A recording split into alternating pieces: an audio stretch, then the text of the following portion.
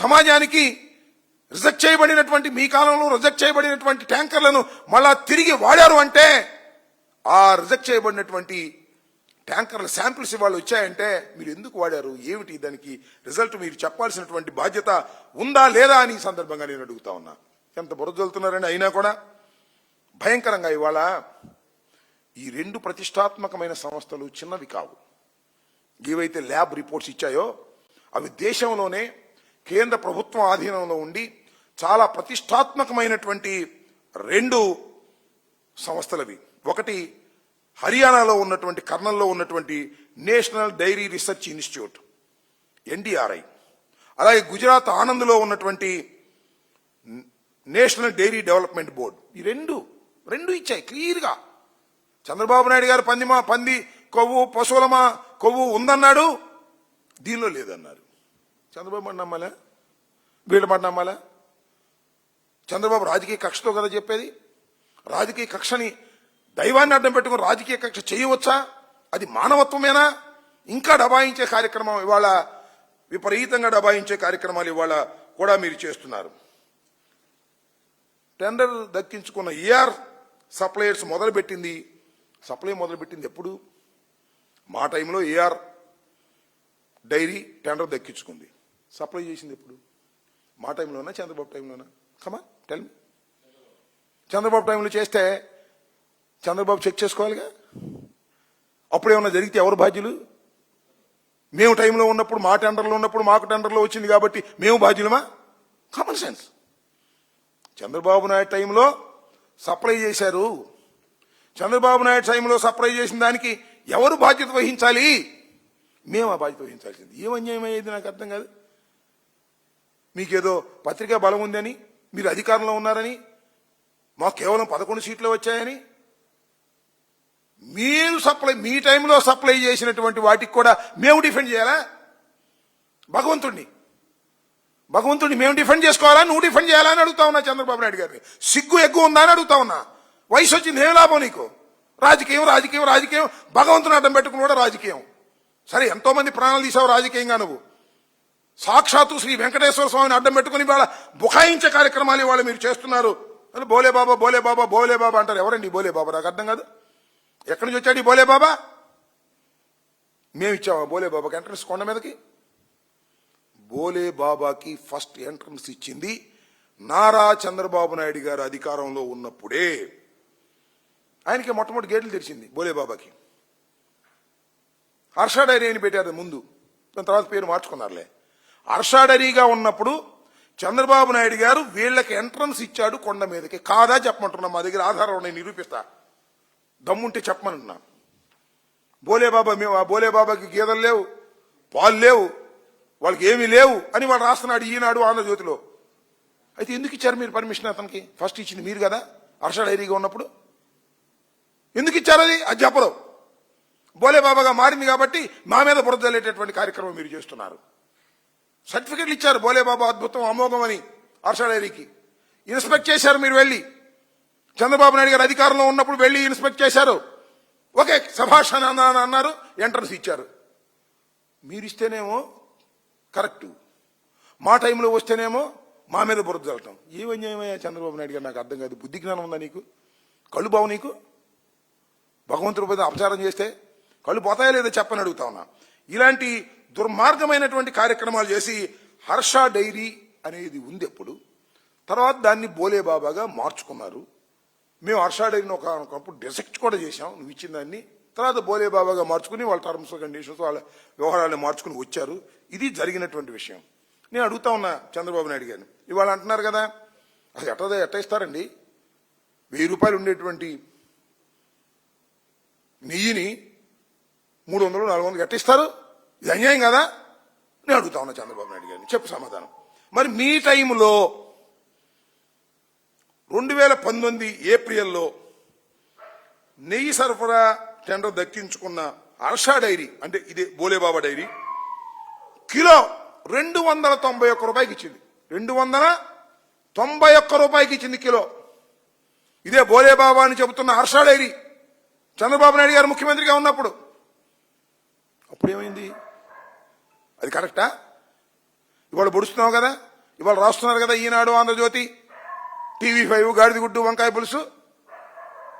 సమాధానం చెప్పని అడుగుతా ఉన్నా. ఇలా దుర్మార్గంగా రాసుకునేటటువంటి కార్యక్రమాలు ఇవాళ మీరు చేస్తున్నారు. ఇది చాలా దుర్మార్గమైనటువంటి విషయం. హిందూ ధర్మాన్ని నమ్మిన వారు కానీ, హిందూ ధర్మాన్ని గౌరవించేవారు కానీ ఇలాంటి చేష్టలను ఖండించవలసిందే. ఖండించకపోతే భగవంతుడు క్షమించడని కూడా ఈ సందర్భంగా నేను చెప్పదలుచుకున్నాను. అదేమంటే ఆయన ఎవరో పిఏ ఉన్నాడంట, చిన్నప్పన్, కాడూరు చిన్నప్పన్, వైవి సుబ్బారెడ్డి గారి పిఏ అంట. వైవి సుబ్బారెడ్డి గారి పిఏకి చేయటం కోసం మామూలుగా తంటాలు పట్టలా, భయంకరంగా తంటాలు పడుతున్నారు. ఎవరయ్యా వాళ్ళు? ఎవరైనా ఈయన వైవి సుబ్బారెడ్డి గారి దగ్గర పిఏ కాదు.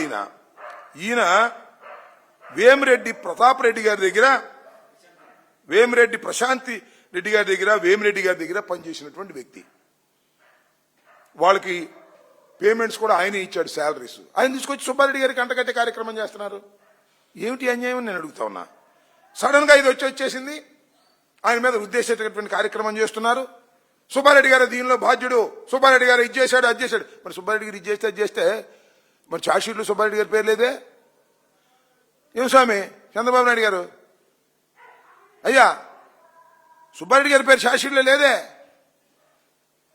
ఎవరెవరో నువ్వు చెబుతున్నావు పొలిటికల్ గా, వాడిట్టా వీడిట్టా, వాళ్ళందరి పేరు లేవే ఛార్జ్షీట్లో? నువ్వు చెప్పినట్టుగా ఛార్జ్షీట్లో పెట్టడానికి వీళ్ళది ఆధారాలు కావాలి.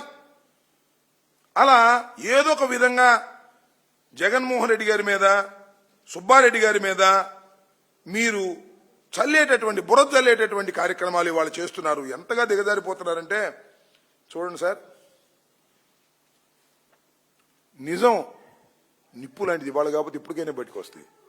లడ్డూకి పంగనామం పెట్టి యానిమేషన్ చేసి వేస్తున్నారు చూడండి మీరు. అంటే భగవంతుడు చెబుతున్నట్టు మా మీద ఎంత దిగజారిపోయావా, ఇటు చేయొచ్చా? వెంకటేశ్వర స్వామి లడ్డు, ఆ లడ్డూకు నామం పెట్టారు, యానిమేట్ చేశారు. లడ్డూని గౌరవించవయ్యా, వెంకటేశ్వర స్వామిని గౌరవించవయ్యా? అసలు కుదరలేదు. కానీ వెంకటేశ్వర స్వామి మాట్లాడినట్టుగా పెట్టేస్తారు వీళ్ళు. వెంకటేశ్వర స్వామి ప్రత్యక్షమైనట్టు మాట్లాడి సుబ్బారెడ్డి దీనిలో నెయ్యిలో కల్తీ గెలిపాడు అని చెప్పిస్తాడు వెంకటేశ్వర స్వామి యానిమేషన్ చేసి.